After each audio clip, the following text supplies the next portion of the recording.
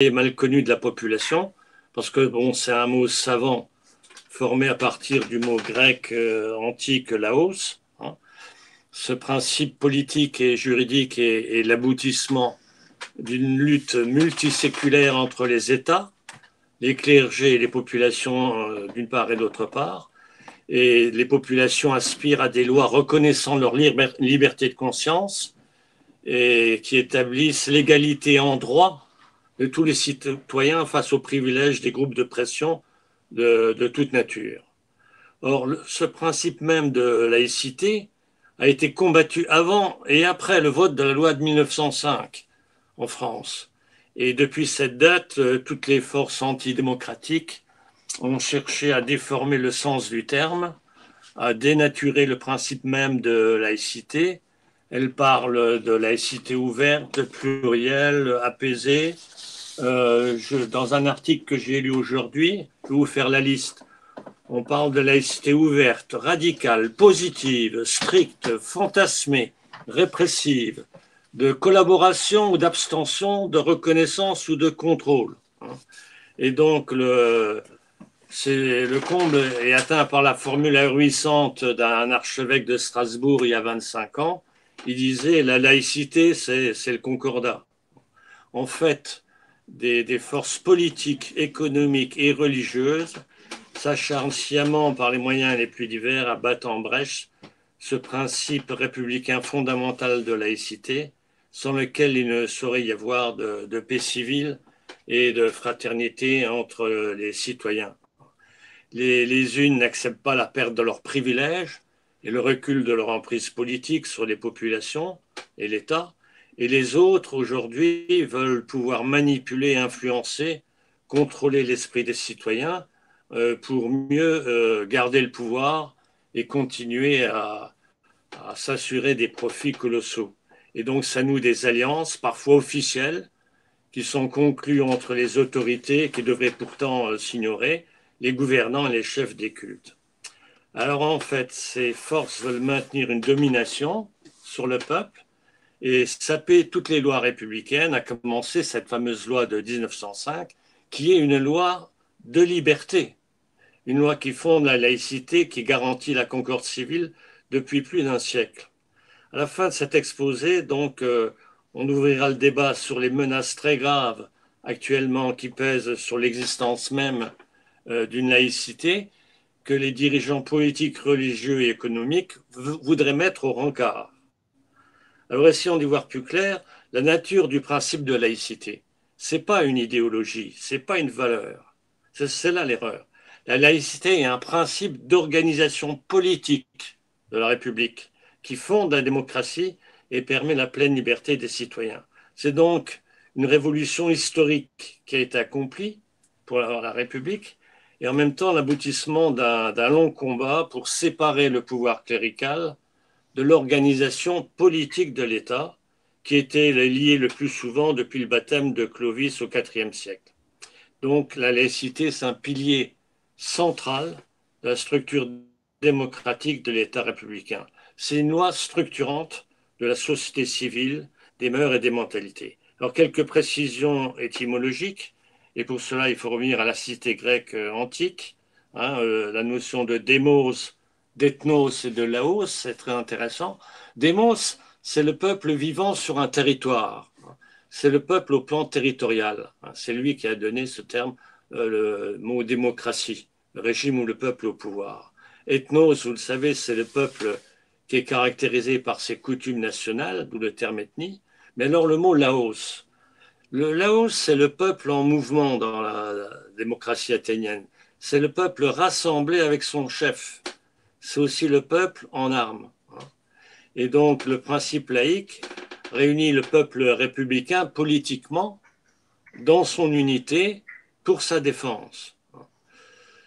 Malheureusement, l'Église chrétienne a détourné le mot laïkos, qui signifiait qui appartient au peuple, pour en faire le terme laïque avec un C ou le terme lé laï, donc un chrétien non prêtre, alors que aujourd'hui, qui signifie donc aujourd'hui membre du peuple croyant de l'Église, par opposition au clergé, cléricos, ou le terme clerc, c'est-à-dire homme d'église, et homme instruit, car c'est les hommes d'église qui étaient le plus instruits autrefois.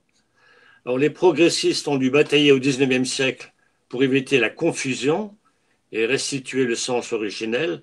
Laïque avec QE à la fin signifie civil, par rapport à laïque avec un C, qui signifie religieux confessionnel.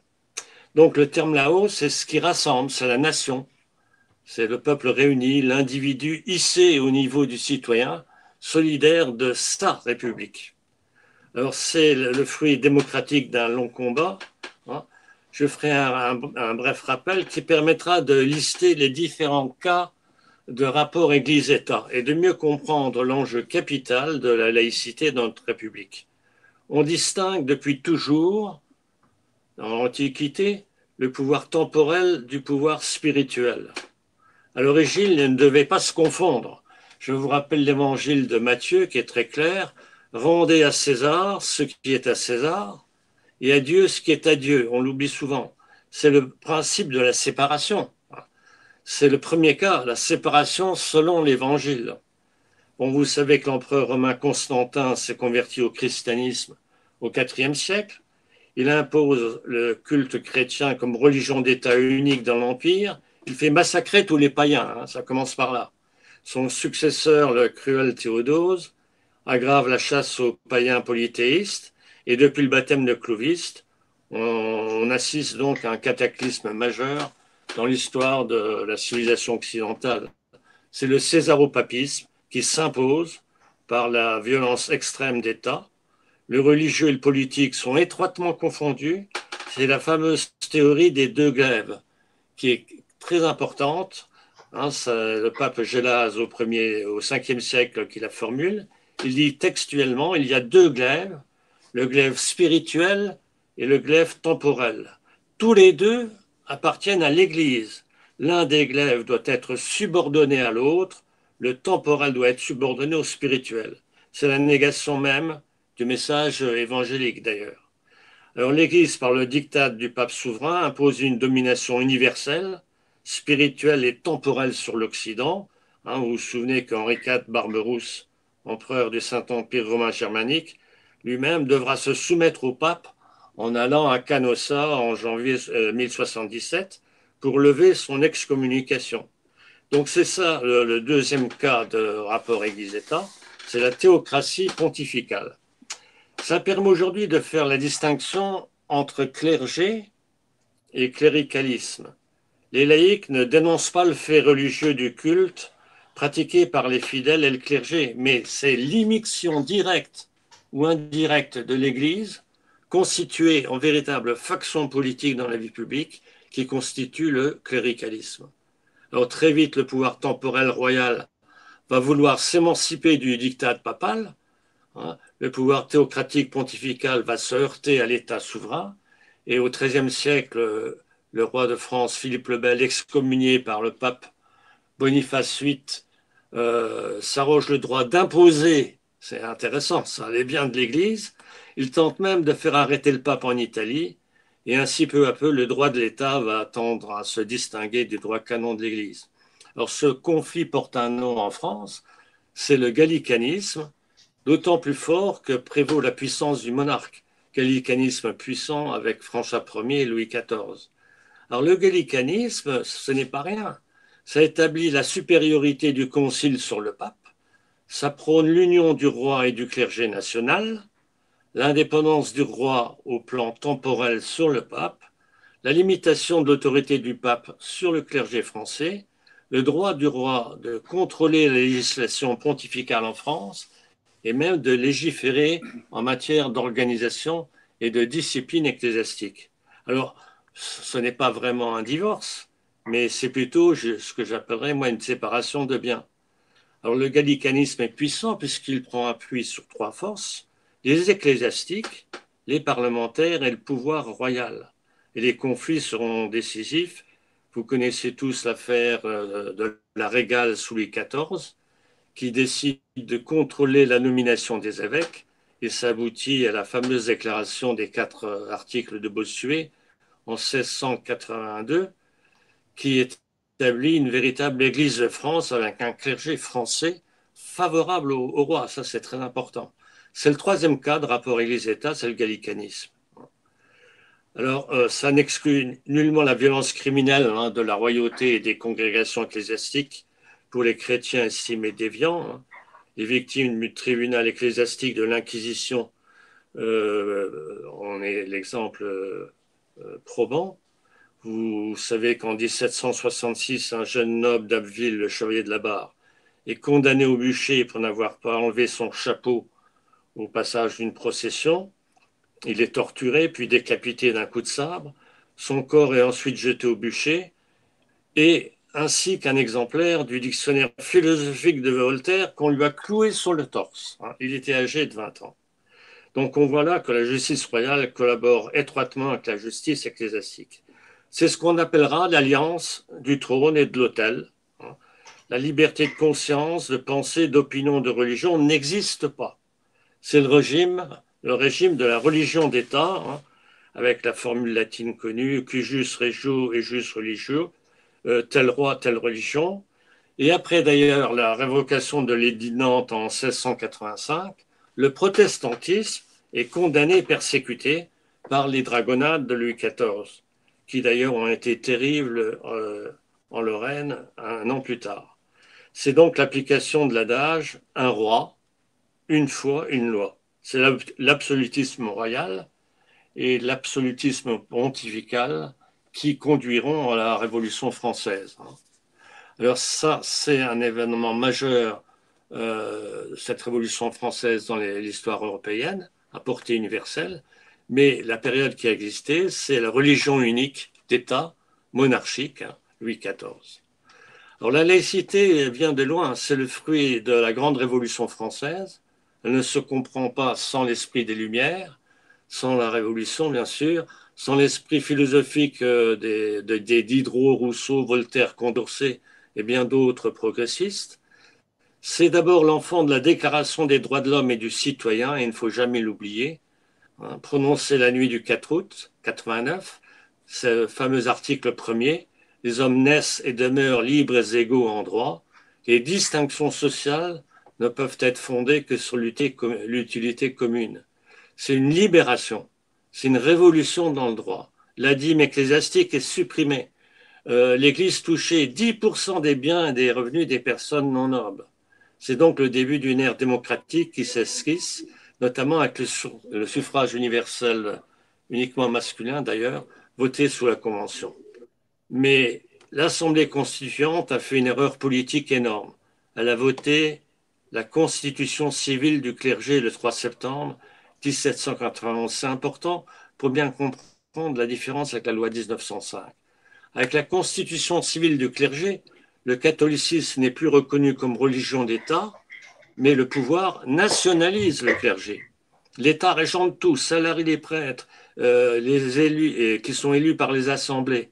Les prêtres doivent prêter serment de fidélité à la Constitution.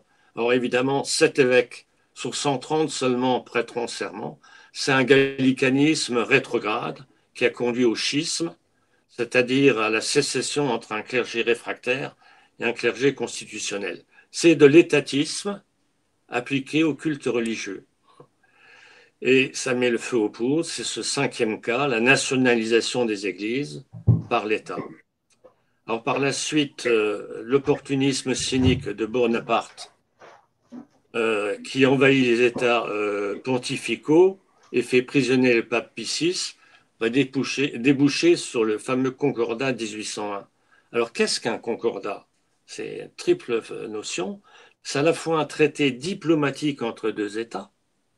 C'est pas du tout un régime local comme on l'entend en Moselle. C'est une convention concernant l'Église nationale d'un pays et c'est aussi un règlement de l'administration des cultes.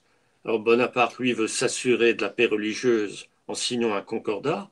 Après la mort en détention à Valence du pape Pie VI, prisonnier de la République, il veut le soutien de la hiérarchie catholique pour son pouvoir personnel. Il restaure le pouvoir temporel du Saint-Siège. Il lui restitue les États pontificaux et rétablit les relations diplomatiques. Il va très loin. Alors le concordat de 1801 hein, comporte 17 articles et est signé le 14 juillet par le premier consul et le pape Pie VII, mais surtout, Bonaparte y adjoindra en 1802 77 articles organiques sans l'accord du pape, imposant ainsi son diktat au Vatican. Le catholicisme devient la religion de la majorité des citoyens français, mais si l'État salarie les ministres du culte, assimilés à un corps de fonctionnaires, en contrepartie, il les soumet par l'obligation d'un serment de fidélité. Il les surveille étroitement. L'autorisation administrative s'impose à toute initiative ecclésiastique. Le pouvoir politique propose des noms pour la nomination des évêques. Il impose même un même catéchisme partout. Bon, en retour, le chef de l'État est légitimé par l'Église, mais le nouvel épiscopat sera reconstitué par des évêques réfractaires. Donc, en fait, la politique impériale instrumentalise en fait la religion. C'est un coup de force contre le Vatican. Bonaparte veut mettre l'Église catholique et le souverain pontife à sa botte et réaliser son rêve d'empire européen. C'est du césarisme anachronique et léonin, une forme de gallicanisme agressif et hystérique. Vous savez que Pie VII sera enlevé et retenu prisonnier à Fontainebleau en 1812. On est là dans le 6e cas de rapport État-Église. Le concordat gallican, j'appellerais moi guerrier. Alors le concordat prépare d'ailleurs la future alliance cléricale du sabre et du goupillon sous Napoléon III, et a fait du clergé de France, qui était gallican avant la Révolution, un clergé ultramontain et papiste. C'est un basculement lourd de conséquences pour l'histoire de notre pays. Cet épisode césariste bonapartiste. En 1850, dans une France concordataire, le président Louis Bonaparte fait voter la loi Fallou qui établit la liberté de l'enseignement, une école publique confessionnelle sous la coupe du curé et du maire. Et c'est Victor Hugo, député, qui prononcera la tribune de l'Assemblée, un réquisitoire historique fameux contre la loi, résumé en une formule célèbre, l'État chez lui, l'Église chez elle. C'est la forme que doit prendre une laïcisation de la République. Malheureusement, l'expédition de troupes françaises à Rome en 1949 pour établir le pouvoir temporel du pape va accroître le fossé entre républicains sincères et les partisans de l'alliance du sabre et du goupillon. Ce qu'il faut savoir, c'est qu'entre-temps, la sécularisation de la société a fait son œuvre. Et ça, c'est capital. C'est quoi la sécularisation? C'est le déclin naturel des formes traditionnelles d'appartenance religieuse. C'est l'affaiblissement de l'emprise religieuse dans la société civile, tout simplement sous l'effet de l'évolution historique. Et paradoxalement, au même moment, l'Église divorce avec le monde moderne. C'est deux mouvements absolument contradictoires et opposés. Le pape Pie IX prononce avec l'encyclique Contra Cura une condamnation violente de la civilisation moderne en 64. Le syllabus des Errorum liste les 80 principales erreurs de notre temps. Alors, je vous les cite, entre autres. Pie IX condamne la souveraineté nationale, le suffrage universel, la liberté des cultes, toutes les philosophies, la prépondérance, soutient la prépondérance de la théocratie, dénonce la liberté de la presse, la liberté d'opinion, condamne le mariage civil, le divorce, décrète que le catholicisme doit être reconnu comme unique religion de l'État à l'exclusion de tous les autres cultes. C'est une véritable déclaration de guerre réactionnaire à la société civile. C'est en plus le dogme de l'infaillibilité pontificale en 71. C'est le retour de la théocratie en pleine révolution industrielle. Alors après la chute de l'Empire et l'écrasement de la Commune, le parti de l'ordre de M. Thiers reprend pouvoir en 71 avec, excusez du peu, 450 députés monarchistes et 30 bonapartistes. Mais Thiers est quand même renversé en 73 par la majorité royaliste qui désigne le maréchal MacMahon comme chef d'État. Et c'est un nouveau retour de mesures réactionnaires. L'Église entre dans les facultés. Les facultés catholiques sont autorisées. Le clergé participe comme jury aux examens. Il est exempté de service militaire. Le budget des cultes flambe. Et en plus, la France est vouée au Sacré-Cœur de Jésus en 1874. C'est l'apogée du pouvoir de l'Église en France. C'est le 7e cas de rapport Église-État. C'est le concordat ultra-montaniste. Heureusement, la division des royalistes produira l'amendement Vallon le 30 janvier 1975, adopté à une nouvelle majorité, et qui établit la forme républicaine du régime. Ce sont les outrances cléricales et ultramontaines qui ont repoussé la France de Thiers et des libéraux vers la France des républicains. C'est le tournant historique de la fin du siècle. La nouvelle génération rejette un cléricalisme obscurantiste et théocratique d'un autre âge, et cette offensive des forces cléricales, maladroite dans ses outrances, va favoriser le développement des idées républicaines dans le pays, et notamment parmi les élites. Après le massacre de la Commune de Paris, qui avait voté la deuxième séparation entre l'Église et l'État en 1971, les protestants, les premiers, réclament la séparation. Gambetta, lui, enfonce le clou en déclarant en 1977 le cléricalisme, voilà l'ennemi. Et l'arrivée au pouvoir des républicains en 1977 aboutit à la démission du président MacMahon. Ça ouvre la voie à la laïcisation de l'État et de la société. Jules Ferry déclare à la Chambre le 2 décembre 1980 « La laïcité est la doctrine de la liberté de conscience, de l'indépendance du pouvoir civil, de l'indépendance de la société civile vis-à-vis de la société religieuse. » Donc désormais, le programme républicain va s'appliquer résolument, reconnaissance des syndicats, loi sur le divorce, loi sur les enterrements civils, école gratuite obligatoire laïque. Et c'est ce programme soutenu par un mouvement puissant issu du peuple qui va finalement aboutir à la loi de 1905. Les crises du boulangisme et l'affaire Dreyfus ne pourront arrêter ce mouvement puissant malgré le ralliement du pape Léon XIII à la République. Ce ralliement de Léon XIII en 91, dans son encyclique Rerum Novarum, c'est surtout un ralliement opportuniste, tactique, car le pape demandait en sous-main aux catholiques et à leur clergé de s'immiscer dans la vie publique et la politique pour noyauter l'influence républicaine. Alors le député républicain radical, Ferdinand Buisson, dira en 1902 « L'Église est l'appareil de gouvernement le plus merveilleux que l'histoire ait rencontré, le corps le plus puissant par sa cohésion et sa souplesse, par son unité d'origine et d'esprit, de formation et de direction, aussi bien que par son obéissance absolue à une discipline plus que militaire. » Donc en 1900, il y a deux mondes qui s'opposent. D'un côté, l'absolutisme religieux, le nouveau pape Pie X, un conservateur intégriste, anti-moderne, soutenu en France par les royalistes et un clergé maintenant ultramontain et monarchiste, d'autant plus regonflé qu'il y a une renaissance catholique à la fin du siècle. Et cette force, elle veut aller à l'affrontement politique. De l'autre côté, une population de plus en plus sécularisée, éprise de progrès, déjà fort préoccupée par la question sociale, qui votera de plus en plus pour les députés progressistes. Et en son sein, et ça c'est très important, le monde associatif qui se développe puissamment. La Ligue des droits de l'homme, la Ligue de l'enseignement, la franc-maçonnerie avec le Grand Orient, la libre pensée, l'apparition de plusieurs partis socialistes qui s'unifieront en 1905 et la naissance d'un grand syndicat ouvrier, la CGT en 1895. Aux élections législatives de 1902, le bloc des gauches obtiendra la majorité et conservera le pouvoir jusqu'en 14, malgré les divisions internes et des débats très animés.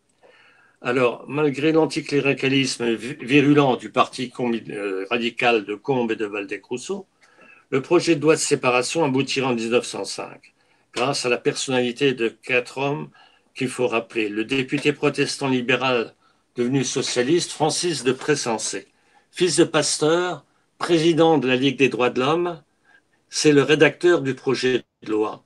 Son rôle a été essentiel. C'est lui qui a trouvé la formulation de l'article qui refuse l'immixtion de l'État dans l'organisation interne des cultes.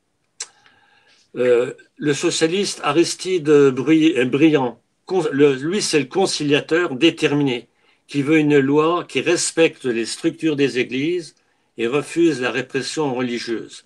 Il affirmera avec force: notre loi est faite de liberté, de franchise et de loyauté. Il y a aussi Jean Jaurès, le socialiste, qui recherche une synthèse juste et rejette les excès sectaires de l'extrême gauche. Grâce à son ascendant, sa vision d'avenir, c'est lui qui sauvera par 2 fois le projet de loi, menacé par les divisions intestines du bloc des gauches. Enfin, il faut ajouter Ferdinand Buisson, radical, libre penseur.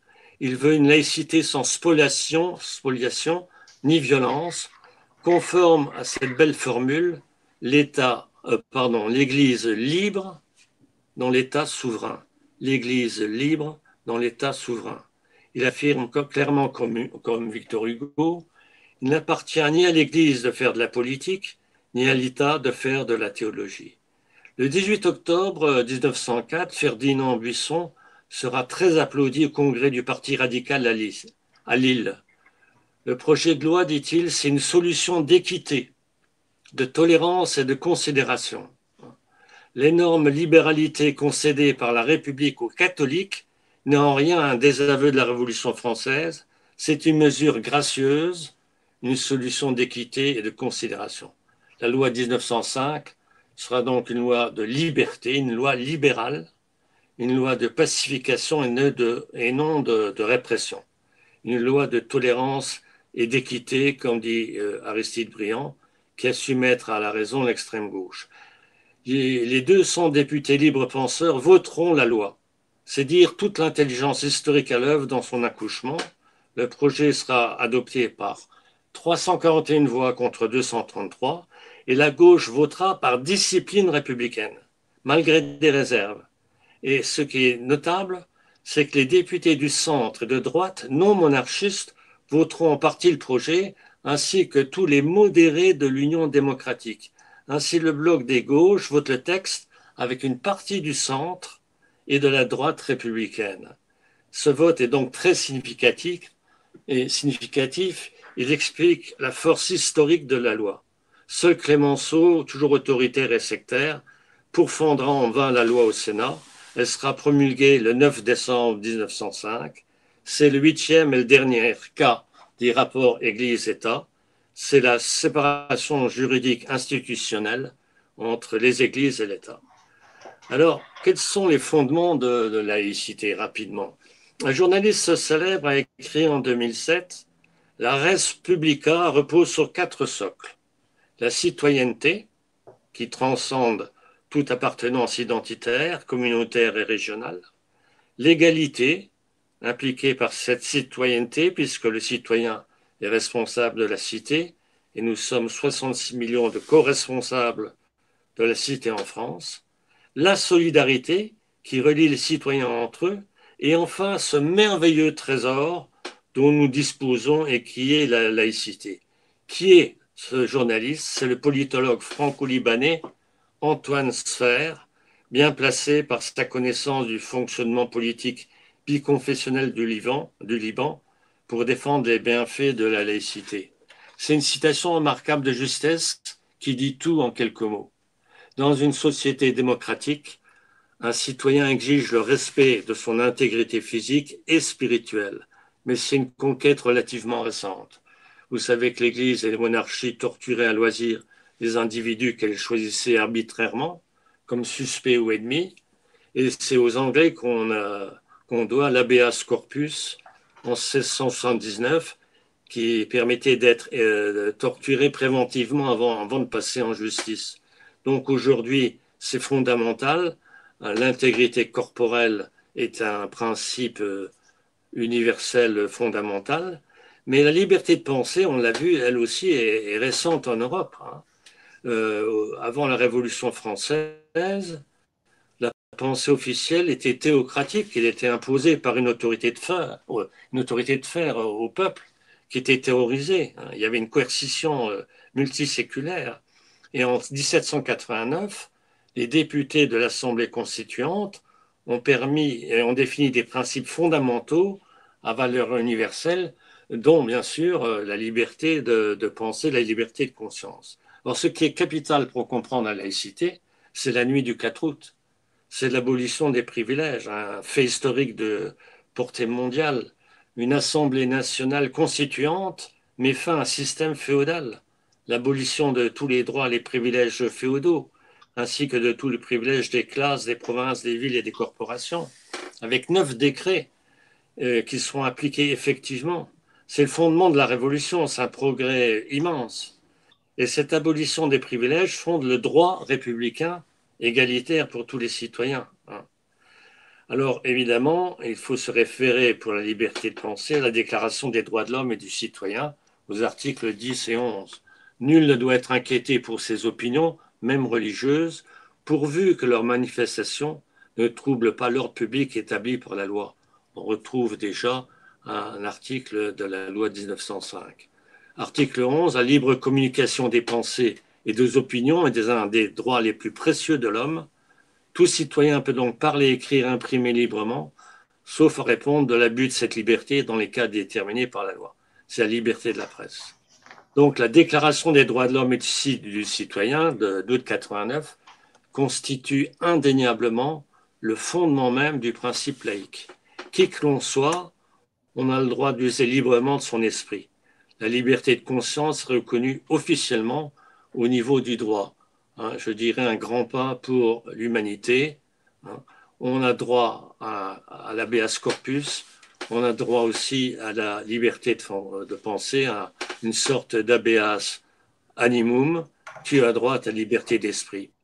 Ça exclut évidemment l'endoctrinement religieux des enfants dès leur plus jeune âge, comme dans les écoles privées et publiques, avec ou sans concordat, comme en Alsace-Moselle. L'endoctrinement religieux des enfants est un pur scandale. La liberté de conscience exclut un lien structurel entre une religion dominante et un pouvoir temporel. Alors, cette liberté de conscience, elle est incomplète si elle n'est pas garantie par l'égalité en droit des citoyens. Cette égalité en droit, c'est le fameux article 1 de la Déclaration de 89. Les hommes naissent et demeurent libres et égaux en droit. Les distinctions sociales ne peuvent être fondées que sur l'unité commune. Alors là, j'insiste, on arrive à l'essentiel.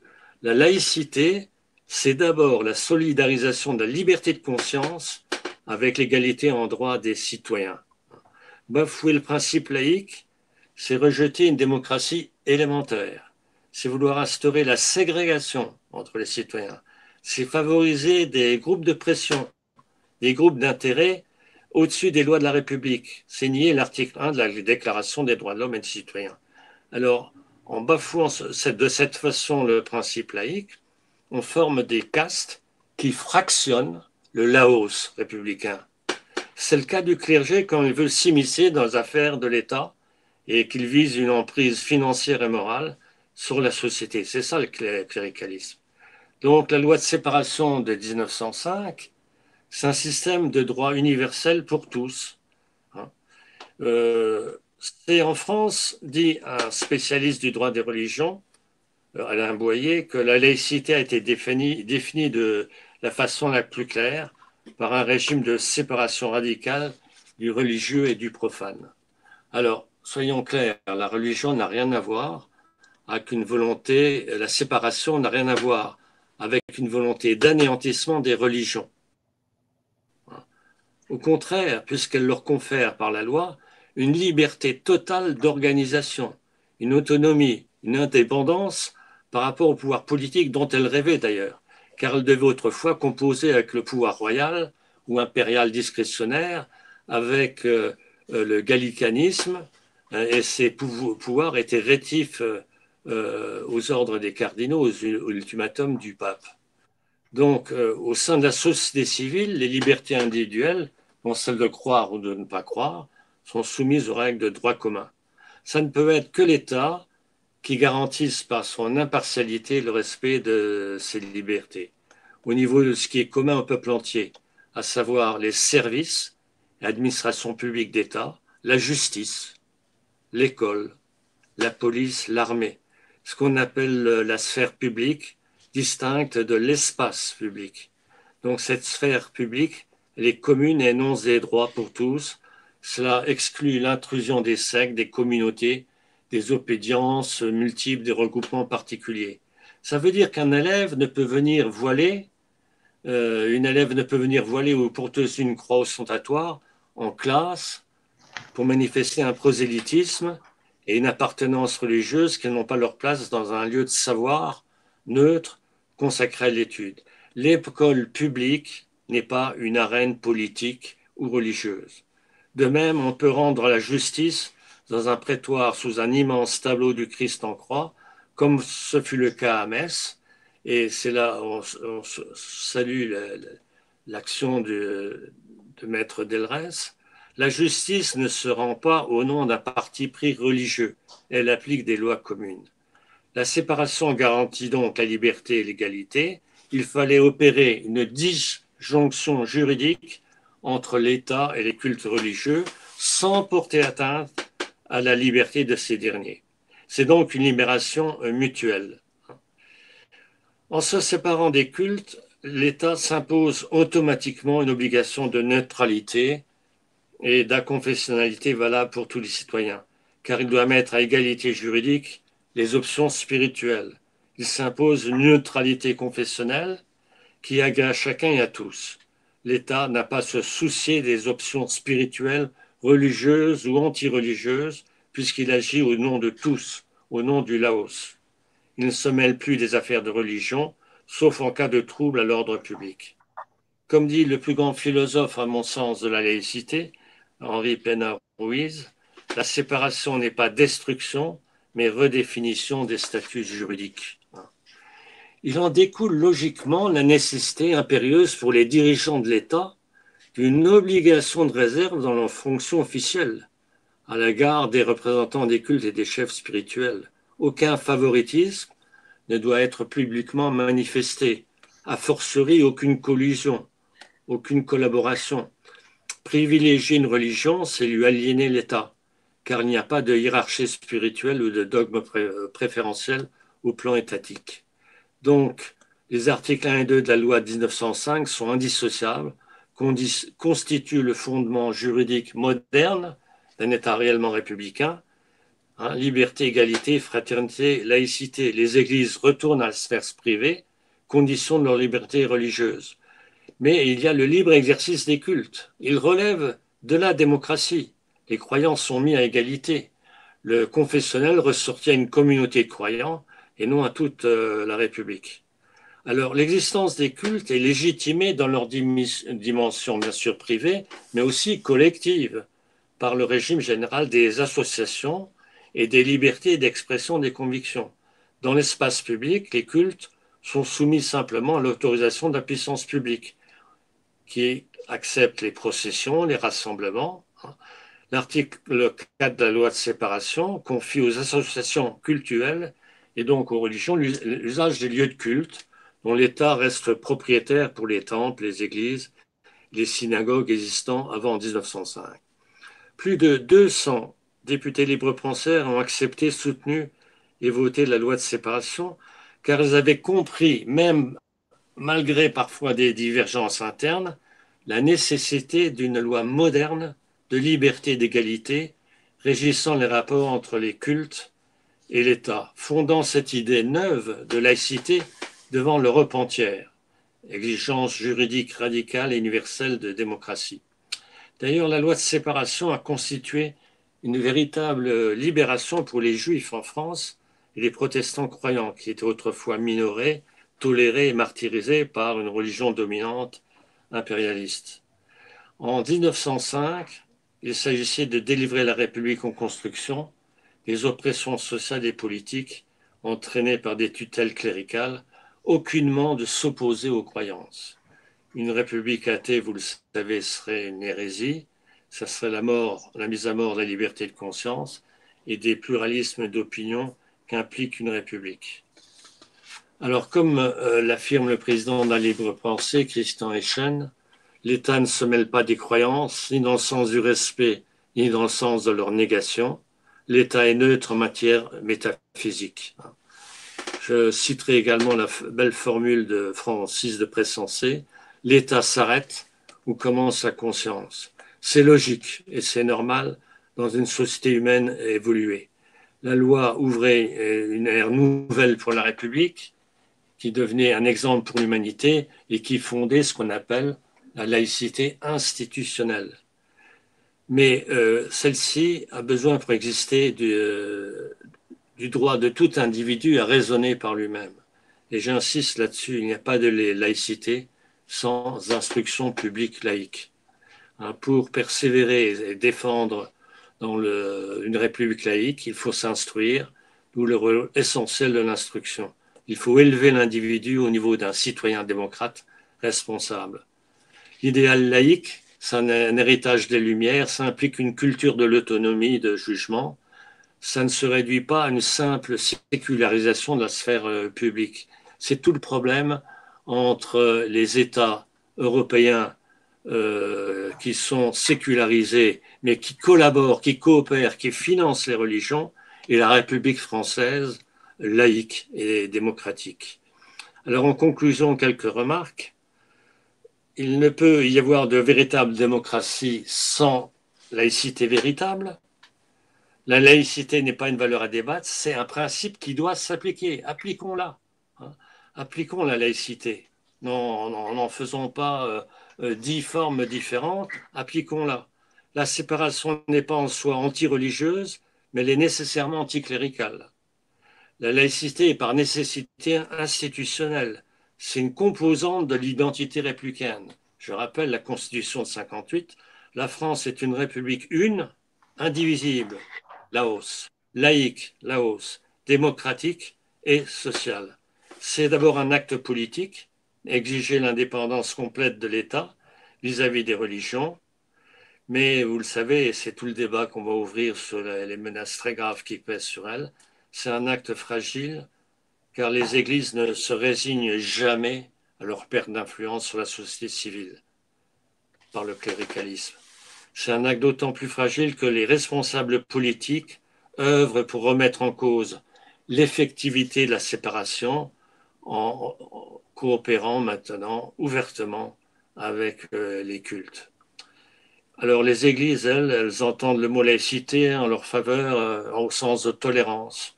Elles veulent leur réintroduction dans la sphère publique, ce qui est déjà réalisé auprès des institutions européennes de Bruxelles.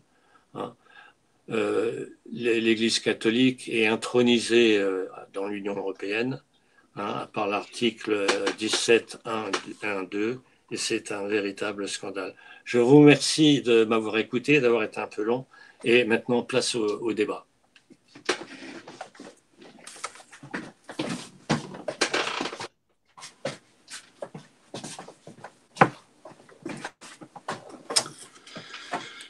Bien. Alors, vous êtes là?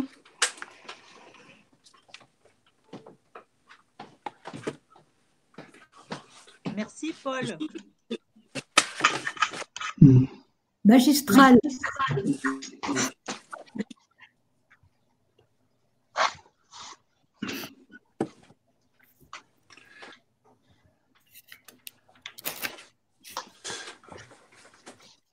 Merci, Paul.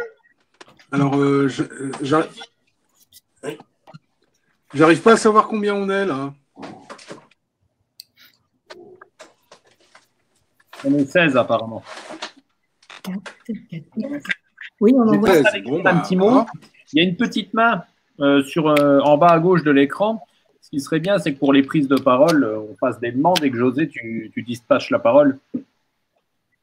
Oui, d'accord. Ouais. D'accord, j'ai jamais fait ça. Donc, je comptais surtout sur Nicolas pour le faire. Je peux faire si besoin. Oui, voilà. Autant se distribuer les rôles. Voilà. Donc, écoutez, je pense que l'introduction de Paul était fondamentale pour rappeler ce qu'on a acquis en France et ce qui est acquis pour le reste du monde, quoi. Hein. C'est un acquis international, la loi de séparation. C'est tout un processus et c'est une lutte constante pour la défendre et ses ennemis n'ont pas renoncé et les formes de remise en cause elles sont toujours plus perverses et réactualisées. parce que, effectivement, les religions n'ont pas renoncé. Alors, aujourd'hui même est présenté un projet de loi qui fait beaucoup parler. C'est le projet de loi qui rappelle,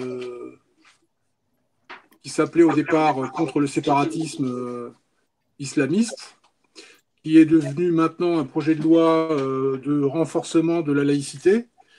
Alors, je pense qu'il faut vraiment qu'on en discute pour se clarifier un peu les idées, de quoi s'agit-il exactement.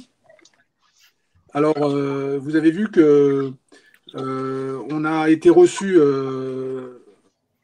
Christian Echen a été reçu par Marlène Schiappa pour avoir des informations plus détaillées. Et il en ressort que l'État se propose d'édicter ce que